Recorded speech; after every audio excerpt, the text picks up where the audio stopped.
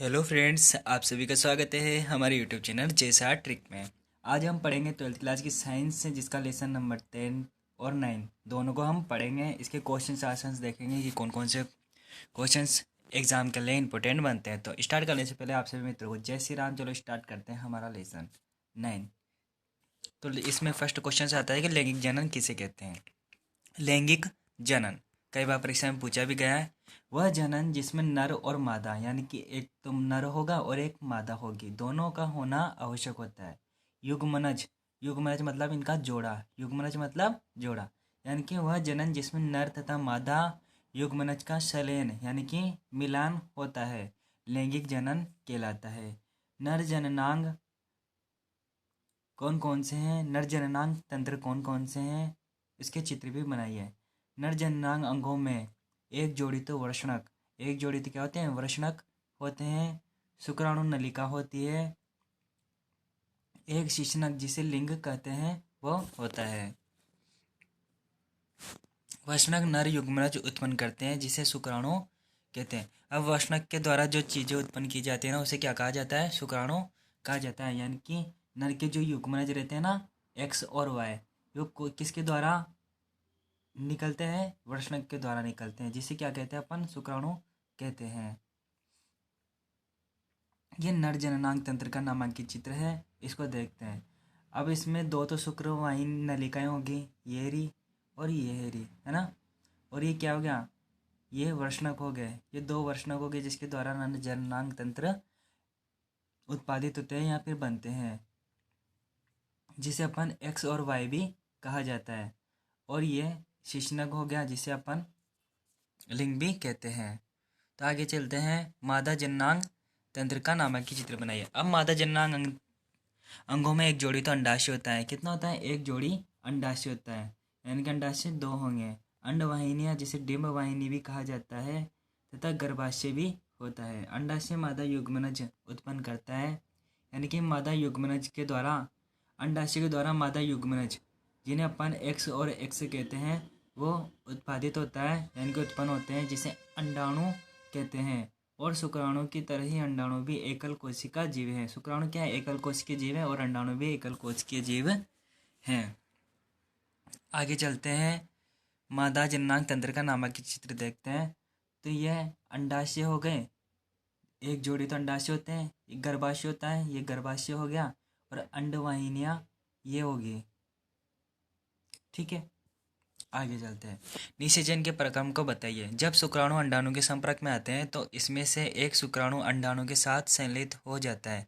जब शुक्राणु अंडाणु के संपर्क में आते हैं ना, जैसे शुक्राणु अंडाणु के पास पहुंचता है तो इससे एक शुक्राणु अंडाणु के साथ संलयित हो जाता है, उसमें मिल जाता है। मिलने के बाद में, यानी कि मिल जाता है, शुक्राणु और अंडाणु का यह संलयन क्या कहलाता है, निषेचन कहलाता है। यानी कि शुक्राणु और अंडाणु का मिलना क्या कहलाता है, निषेचन कहलाता है। निषेचन के परिणाम स्वरूप युग्मनज का निर्माण होता है, और निषेचन से ही क्या निर्माण होता है, युग्मनज का निर्माण होता है, यानी कि संतान का निर्माण होता है।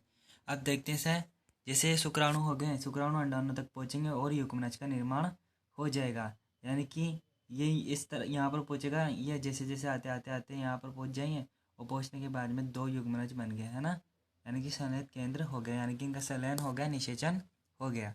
बाह्य निषेचन किसे कहते हैं, इस प्रकार का निषेचन जिसमें नर एवं मादा युग्मनज का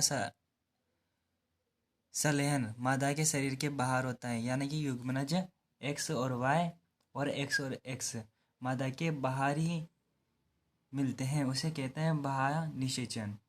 जैसे मछली होगी, स्टार फिश होगी, जलीय प्राणी हो गए, इनमें क्या होता है, बाह्य निषेचन होता है।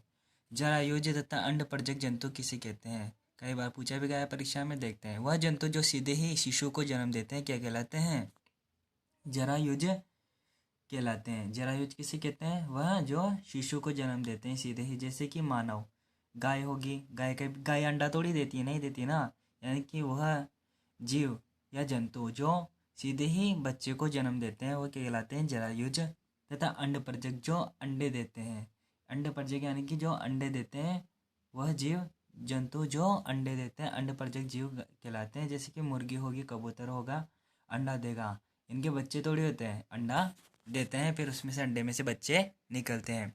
लैंगिक जनन किसे कहते हैं? लैंगिक जनन, अलैंगिक जनन, सॉरी, अलैंगिक जनन किसे कहते हैं? वह जनन जिसमें किसी एक ही की जरूरत पड़ती है, या तो नर की जरूरत पड़ेगी या फिर मादा की, या तो मादा या फिर नर की। उस जनन को क्या कहते हैं? अलैंगिक जनन कहते हैं। अर्थात केवल एक ही जनक, यानी कि एक ही जनक, या तो माता होगी या फिर पिता ही होगा, नर नए जीव को जन्म देते हैं। क्या कहलाते हैं? लैंगिक जनन कहलाते हैं, अलैंगिक जनन कहलाते हैं। मुकुलन किसे कहते हैं? मुकुलन, प्रत्येक हाइड्रा में एक या एक से अधिक उभार दिखाई दे सकते हैं। यह उभार विकसित होकर नए जीव का निर्माण करते हैं, उसे कहते हैं मुकुलन। अभी इस तरह का हाइड्रा रहता है, अब उसमें क्या है, अलग अलग ऊर्ध्वाधर बन जाते हैं, इस तरह से बनते जाते हैं। हाइड्रा का चित्र देखेंगे अपन, यानी कि नया जीव विकसित हो जाता है, जीव का निर्माण होता है, उसे मुकुलन कहते हैं। हाइड्रा में मुकुलन से नए जीव का विकास होता है, इसलिए इस प्रकार के जनक को मुकुलन भी कहा जाता है। अब जो हाइड्रा का मुकुलन का जो चित्र है वह देखते हैं। ये इस प्रकार का चित्र रह गया हाइड्रा में मुकुलन का। इस प्रकार से ये थोड़ा सा निकल रहा है, फिर उसके बाद में विकसित हो गया, फिर उसके बाद में एक नया हाइड्रा बन गया, यानी कि ये एकदम सेम टू सेम इसकी तरह ही नज़र आ रहा है, यानी कि एक नया हाइड्रा का निर्माण हो गया। द्विखंडन किसे कहते हैं? अमीबा में द्विखंडन का चित्र बनाइए। अमीबा एक कोशिकीय जीव है। अमीबा क्या है? एक कोशिकीय जीव है, जिसमें केंद्रक के दो भागों में विभाजन से जनन क्रिया प्रारंभ होती है। इसमें मादा कोशिका भी दो भागों में बढ़ जाती है। इसके बाद अमीबा एक कोशिकीय जीव होता है, ठीक है। इसमें केंद्रक होता है, केंद्रक के दो भागों में विभाजित होने से जनन क्रिया प्रारंभ हो जाती है। अब ये अमीबा हो गया, अब जैसे ये ना विकसित होगा तो क्या है, इसका केंद्रक बढ़ जाएगा अलग अलग भागों में, इस तरह से, यानी कि यहाँ पर से बढ़ गया, फिर इसमें नया केंद्रक आया, इसमें नया केंद्रक, यानी कि नया निर्माण हो गया। दो भागों में विभाजित होकर जनन क्रिया प्रारंभ करता है। इसके बाद कोशिका भी दो भागों में बढ़ जाती है, जिसके प्रत्येक भाग में केंद्रक होता है, और जैसे अलग अलग कोशिका बनेगी तो उनके भागों में क्या होगा? केंद्रक होगा। परिणाम स्वरूप एक जनक से दो अमीबा बनते हैं। इस प्रकार अलैंगिक जनन को, जिसमें जीव विभाजित होकर दो संतति उत्पन्न करते हैं, यानी कि दो बनते हैं, उसे द्विखंडन कहा जाता है। जैसे कि पहले तो क्या है, अमीबा ही था, है ना, अब इसका केंद्र क्या हो गया? दो भागों में बट गया, ये वाला और ये वाला, ठीक है। अब जैसे बटा तो इधर का अमीबा यहाँ तक पहुँच गया, इधर का अमीबा यहाँ तक पहुँच गया, लेकिन क्या है, अभी तक भी जुड़े हुए हैं, और फिर इससे अलग हो क्या, ये अलग अमीबा बन गया, ये अलग अमीबा बन गया। यानी कि चित्र भी कई बार परीक्षा में पूछा गया है, इसको भी ध्यान रखिएगा। लेसन नंबर 10, इसका नेम है किशोरावस्था। तो किशोरावस्था किसे कहते हैं? ये फर्स्ट क्वेश्चन बनता है हमारा। तो देखते हैं किशोरावस्था होती क्या है।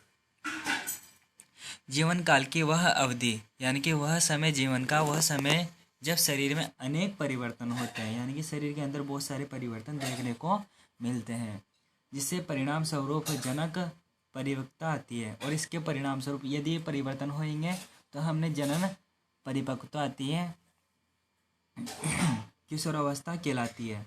किशोरावस्था का काल 11 वर्ष से 18 वर्ष या फिर 19 वर्ष की आयु तक रहता है, यानी कि किशोरावस्था कब से कब तक चलती है? 11 वर्ष से लेकर 19 वर्ष तक की किशोरावस्था चलती है, जिसमें व्यक्ति पूरा विकसित हो जाता है। इसे टीन एज भी कहा जाता है। किशोरावस्था को दूसरे नाम से किसे जाना जाता है? किशोरावस्था को किस नाम से जाना जाता है? टीन एज के नाम से भी जाना जाता है। इस अवस्था में लड़के एवं लड़कियों की जनन क्षमता का विकास होता है। किशोरावस्था में होने वाले परिवर्तन कौन कौन से हैं? तो देखते हैं किशोरावस्था में कौन कौन से परिवर्तन होते हैं। लंबाई का बढ़ना, प्रारंभ में लड़कियों की लंबाई लड़कों की अपेक्षा अधिक तीव्रता से बढ़ती है। अब क्या है, जैसे जैसे किशोरावस्था की, जैसे कि लड़का भी 11 साल का और लड़की भी 12 साल की है, तो इनकी लंबाई में क्या है, लड़के तो धीरे धीरे बढ़ते हैं, लेकिन लड़कियां तेज़ी से बढ़ती है स्टार्टिंग में तो। लेकिन परंतु जब 18 वर्ष की आयु तक लड़की की उम्र हो जाती है तो दोनों ही अपनी अधिकतम लंबाई प्राप्त कर लेते हैं, और 18 वर्ष के बाद में लड़कों या लड़कियों की लंबाई बढ़ना बंद हो जाती है, अधिकतम लंबाई प्राप्त कर लेते हैं। शारीरिक आकृति में परिवर्तन, यौन आरंभ। अब कौन दूसरा परिवर्तन होता है? शरीर की आकृति में बढ़ना। उनकी शरीर की आकृति भी अलग अलग प्रकार की हो जाती है। यौन आरंभ से प्रवेश कर चुके लड़कियों के कंधे फैल कर चौड़े हो जाते हैं, यानी कि लड़के के जो कंधे रहते हैं ना वो चौड़े हो जाते हैं, जबकि लड़कियों में कमर का निचला भाग चौड़ा हो जाता है। आवाज़ में परिवर्तन, आवाज़ में भी क्या हो जाता है? परिवर्तन हो जाता है। अब लड़कों की आवाज़ तो भारी भारी आती है, जबकि लड़कियों की आवाज़ मधुर आती है, यौनारंभ में सौर यंत्र तथा लेरिंक्स में परिवर्तन प्रारंभ हो जाता है। लड़कों में बढ़ता हुआ सौर यंत्र आंतरिक गले के सामने की ओर से स्पष्ट उभरे भाग के रूप में दिखाई देता है। अब जो लड़कों का जो गला रहता है ना, ये नाक, ये मुंह और ये गला देख लीजिएगा, इस तरह का रहता है ना, इस तरह का। ये लड़के का फेस बना दिया मैंने ना, ये आँख। अब इसका जो गला है ना, यहाँ पर का इस तरफ का गला, ये उभरा हुआ रहता है। लड़कों में सौर यंत्र अतिरिक्त गले के सामने की ओर से स्पष्ट उभरे हुए भाग के रूप में दिखाई देता है, जिसे एडमस पेपोल या फिर कंठमणि के नाम से भी जाना जाता है। लड़कियों में सौर यंत्र अपेक्षाकृत छोटा होता है, यानी कि लड़कियों में उभरा हुआ भाग नहीं दिखाई देता गले में, यह बाहर से सामान्यतः दिखाई नहीं देता। मानसिक विकास, बौद्धिक विकास, संवेदनशील विकास हो जाता है। यानी कि मानसिक विकास यानी कि उसका एकदम मस्तिष्क बिल्कुल सोचने समझने की पूरी विकास हो जाता है लड़के का 18 वर्ष तक। बौद्धिक विकास यानी कि उसको शिक्षा का भी ज्ञान हो जाता है। संवेदनात्मक विकास यानी कि उसको संवेदनाएं भी हो जाती है कि रोना कहाँ पर है, हंसना कहाँ पर है। लड़कों के चेहरे पर दाढ़ी मूंछ का आना तथा लड़कियां दाढ़ी मूंछ का नहीं आना। लड़कियों के फेस पर दाढ़ी मूंछ का आना और लड़कियों के फेस पर दाढ़ी मूंछ का नहीं आना, यह लक्षण लड़कों और लड़कियों को पहचानने में सहायता प्रदान करता है। अतः इन्हें गौण लैंगिक लक्षण के नाम से भी जाना जाता है। मादा तथा नर लैंगिक हार्मोन के नाम बताइए। अब ये कई बार परीक्षा में पूछा गया है, इम्पोर्टेंट बनता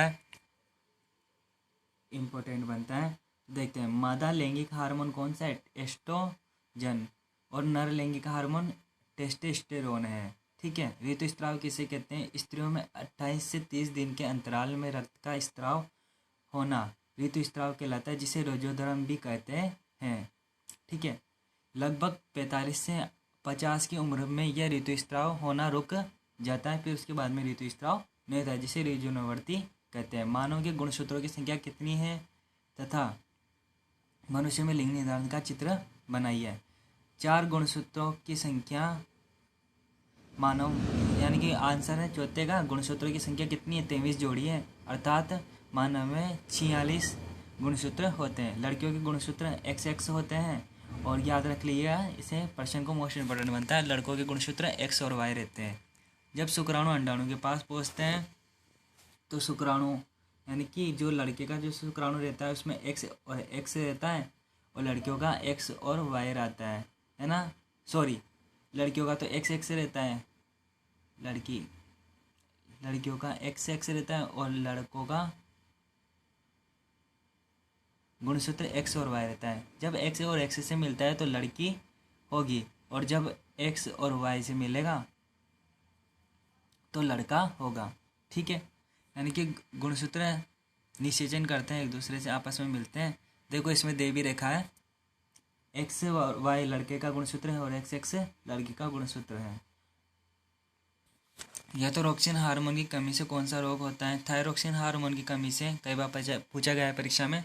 थायरोक्सिन ग्रंथि से थायरोक्सिन हार्मोन निकलता है, जिसकी कमी से गोइटर रोग हो जाता है, जिसको गलगंड रोग के नाम से भी जाना जाता है। अब इसमें क्या है, लोगों का गला फूल जाता है, गले में एक गांठ की तरह का बन जाता है, वह होता है, जिसे गला बहुत फूला हुआ उभरा हुआ दिखाई देता है, जिसे गलगंड रोग के नाम से भी जाना जाता है, जिसे गोइटर भी कहा जाता है। अभी किसकी कमी से होता है? थायरोक्सिन हार्मोन की कमी से। शरीर में आयोडीन की कमी से हार्मोन की कमी हो जाती है, जिससे यह रोग हो जाता है। कौन सा? गलगंड रोग, जिसमें गला फूल जाता है। इंसुलिन हार्मोन की कमी से कौन सा रोग होता है? इंसुलिन हार्मोन की कमी से मधुमेह रोग होता है, जिसे डायबिटीज़ भी हम कहते हैं। क्रोध आने पर कौन सी ग्रंथि से कौन सा हार्मोन निकलता है?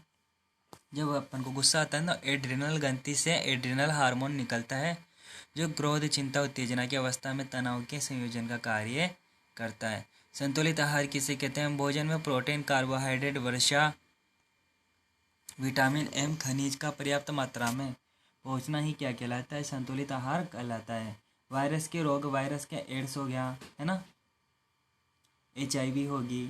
शिशु का लिंग का निर्धारित किस पर निर्भर करता है? शिशु का लिंग निर्धारण, यानी कि शिशु का लिंग निर्धारण, यानी कि एक लड़का होगा या लड़की होगा, किस पर निर्भर करता है? गुणसूत्रों पर करता है। यदि X और Y गुणसूत्र मिलते हैं एक्स और वाई गुणसूत्र मिलते हैं तो क्या होगा, लड़का होगा।